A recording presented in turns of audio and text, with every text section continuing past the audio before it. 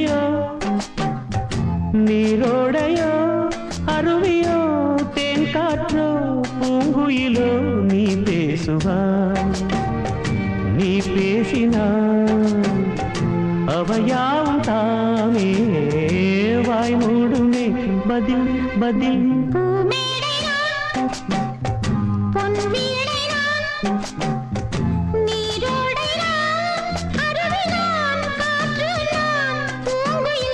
நான் பேசவோ